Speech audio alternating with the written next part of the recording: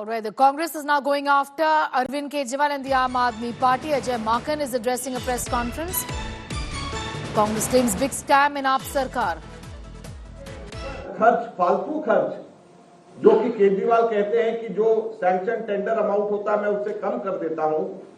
Indira Gandhi hospital के अंदर 314 करोड़ फालतू खर्च हुए, बुराड़ी हॉस्पिटल के अंदर 41 करोड़ फालतू खर्च हुए और मौलाना आजाद डेंटल के अंदर 26 करोड़ रुपया फालतू खर्च हुआ। कुल 382 करोड़ 52 लाख रुपए फालतू खर्च हुए टेंडर अमाउंट से।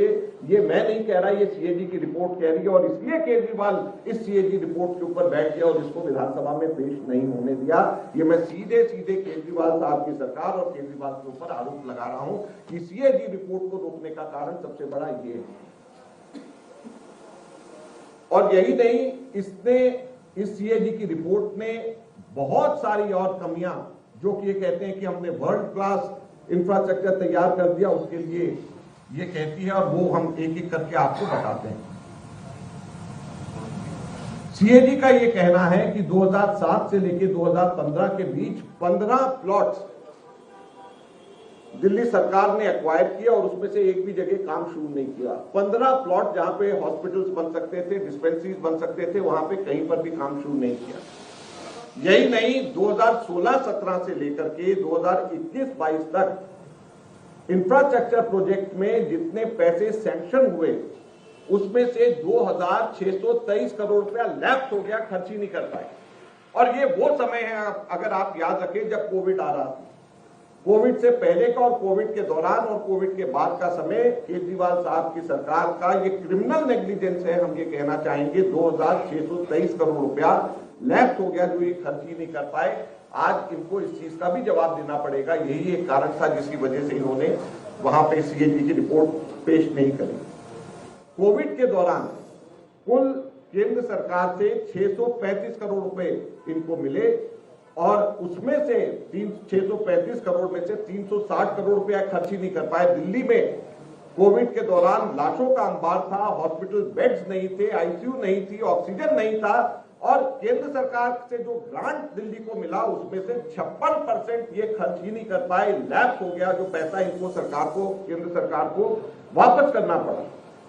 तो इससे बड़ा कोई क्रिमिनल नेग्लिजेंस नहीं हो सकता, जहां पर एक और लोग ऑक्सीजन को तरस रहे, बेड्स को तरस रहे, अलग अलग चीजों को कोविड के दौरान तरस रहे। 635 करोड़ में से 360 करोड़ रुपया इनको वापस केंद्र सरकार को कर दिया, जो इनके पास में पैसे आए हुए इनसे खर्च नहीं हुए। आप लोग भी मीडिया के तरफ से बहुत बजट अनाउंसमेंट्स को बड़े बड़े हाईलाइट करके आप लोग लिखते हैं। 2016-17 कोविड से 2 साल पहले से लेकर के 2020-21 तक 4 बजट्स के अंदर इन्होंने अनाउंस किया, अलग अलग बजट्स में, कि हम 32,000 बेड्स दिल्ली के अंदर लेकर के आएंगे, बनाएंगे हॉस्पिटल। किसी साल कहा 10,000 बनाएंगे, किसी साल कहा 15,000 बनाएंगे, किसी साल कहा 3,000 बनाएंगे, किसी साल कहा 5,000 बनाएंगे, ऐसा करके 32,000 बेड। और सब जगह खूब बढ़िया से अखबारों के अंदर हेडलाइंस बटोरी। लेकिन 32,000 बेड्स के अनाउंसमेंट के विरोध में, के अगेंस्ट में कितने टोटल बेड्स बने? मात्र 1,235 बेड, यानी 3.8% की सिर्फ अचीवमेंट। टोटल 32,000 कह रहे हैं और 1,235 बेड सिर्फ बना रहे हैं दिल्ली के अंदर। ये कहीं पर भी किसी ने भी रिसर्च या किसी ने भी आप लोगों ने छापा, ये इस सीएजी की रिपोर्ट के अंदर है, जिसके ऊपर बैठे हुए हैं, जो ये नहीं चाह रहे कि दिल्ली की जनता को पता चले। एक तरफ इनसे पैसे खर्च नहीं हो रहे, एक तरफ ये पैसे वापस कर रहे हैं। सीएजी ने अलग अलग हॉस्पिटल्स के अंदर जाकर के ये देखा कि यहां पर बेड्स के अंदर पेशेंट्स की क्या स्थिति है। आप हैरान हो जाएंगे, दिल्ली के अंदर 9 ऐसे हॉस्पिटल्स हैं जिसके अंदर बेड ऑक्यूपेंसी रेट 101% से 190% है, 101 से 190% है। अब आप ये कहेंगे कि 190% कैसे हो गया? 190% ऐसे हो गया, डबल ऐसे हो गया कि एक बेड पे 2-2 पेशेंट लिटाए गए। दिल्ली के अंदर, राष्ट्रीय राजधानी के अंदर 9 ऐसे हॉस्पिटल्स हैं, सीएजी की रिपोर्ट कहती है कि जिसमें 101 से 190% जहां पर ऑक्यूपेंसी रेट्स है, यानी एक बेड के ऊपर एक आदमी, एक पेशेंट की जगह दो पेशेंट लिटाए गए। 9 ऐसे हॉस्पिटल्स हैं। 7 ऐसे हॉस्पिटल्स हैं जहां पर 109% से 169% तक के बेड ऑक्यूपेंसी रेट है। वहां पर भी लगभग जो है डबल पेशेंट एक बेड के ऊपर लिटाए गए हैं। यानी दिल्ली में 16 ऐसे हॉस्पिटल्स हैं टोटल 27 में से जहां पर की बेड ऑक्यूपेंसी रेट, जहां पर एक बिस्तर के ऊपर दो आदमी लिटाए जाते हैं। ये आज दिल्ली के अंदर चिकित्सा की व्यवस्था है। ये सीएजी की रिपोर्ट कहती है, ये मैं नहीं कह रहा हूं। हमारे 4 हॉस्पिटल्स को सीएजी ने सर्वे के लिए चुना।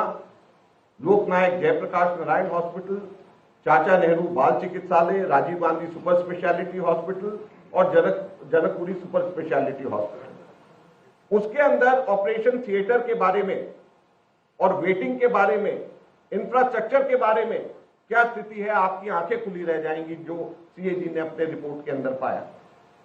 लोकनायक हॉस्पिटल के अंदर एक ऑपरेशन थिएटर जो सर्जरी डिपार्टमेंट का, वो फंक्शन ही नहीं कर रहा, काम ही नहीं कर रहा।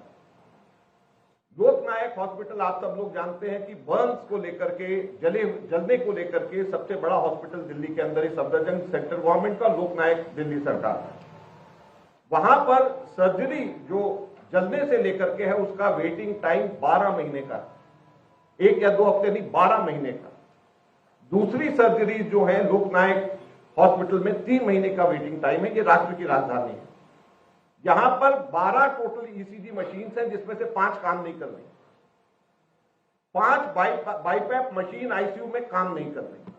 3 ट्रांसपोर्ट मॉनिटर्स हैं, 3 हैं और तीनों के तीनों काम नहीं कर रहे आईसीयू के अंदर।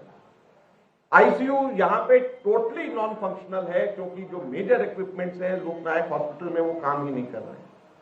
और Rajiv Gandhi super speciality hospital, Janakpuri super speciality hospital, यहां पर स्टाफ की शॉर्टेज की हालत आप देखेंगे, सुनेंगे तो हैरान हो जाएंगे।